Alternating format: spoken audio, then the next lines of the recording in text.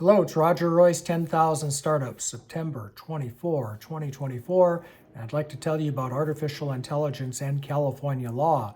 Governor Newsom recently signed a flurry of bills that were designed to regulate artificial intelligence, deepfake, avatars, digital replicas, etc. And I'm going to go through a handful of what has recently been enacted in California. So as you know, California has been leading the way in passing laws related to the regulation of AI, especially on social media platforms, primarily because this really is the center, I think, of the AI universe, especially in Northern California. And we also have a big actors union in this state that very much has an interest in this space. So last week in San Francisco, I think it was at Dreamforce, Governor Newsom claimed he had 38 bills sitting on his desk. He can't solve for everything, but he did sign a lot of them. So let me walk through a handful of what has recently been enacted. Nothing too shocking or surprising or earth-shattering, but worth noting. Three sort of related laws, one of which is SB 926, makes it illegal to create and circulate explicit images of a person if it causes serious emotional distress. That's crime now under California law. Related to that, SB 981 requires social media platforms to create ways for users to identify any explicit deepfake images of themselves. And then the platform has to have a mechanism to take it down while they determine whether the deepfake is a fake or not, I guess. And then the third bill, AB 942, think of it as a watermark bill, requires AI-generated content to have a mark to identify that it's AI-generated content. Couple of bills related to our robust, theatrical industry here, and film and arts and music industry. One of which is AB 2602, requires permission from an actor before creating an AI-generated replica of their image or their voice or their likeness.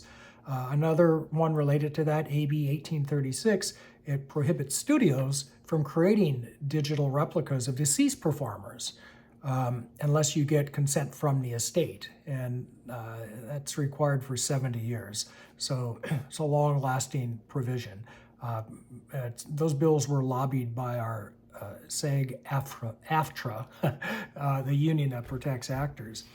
There are some AI-related laws around elections, one of which is AB 2655, which generally requires large platforms to either remove or label artificial intelligence that's related to elections.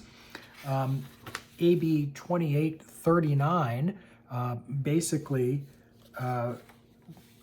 prohibits artificial intelligence that's deceptive. So you might recall that there's been a lot of activity lately. There's some parodies of one of our presidential candidates online. There's a famous musician who's claimed that one of the candidates used a false image using AI of her. So we got laws that seem to me that they pretty much hit those scenarios pretty closely, and they've been now signed into law. A couple of other ones, I think we pretty much talked about all of them. We did not talk about the granddaddy of them all, which is Senate Bill 1047. That has not been signed, and when asked about it, Governor Newsom said, well, you know, I can't solve for everything. So what is that particular bill, and why is that important? I'm just going to spend a couple minutes on it, and later, because it's not law yet, so I don't want to spend too much time on it, I will tell you that it is being heavily lobbied, and in some ways, and it's a safety, it's a consumer protection law, and to make AI safer. Let me put it that way.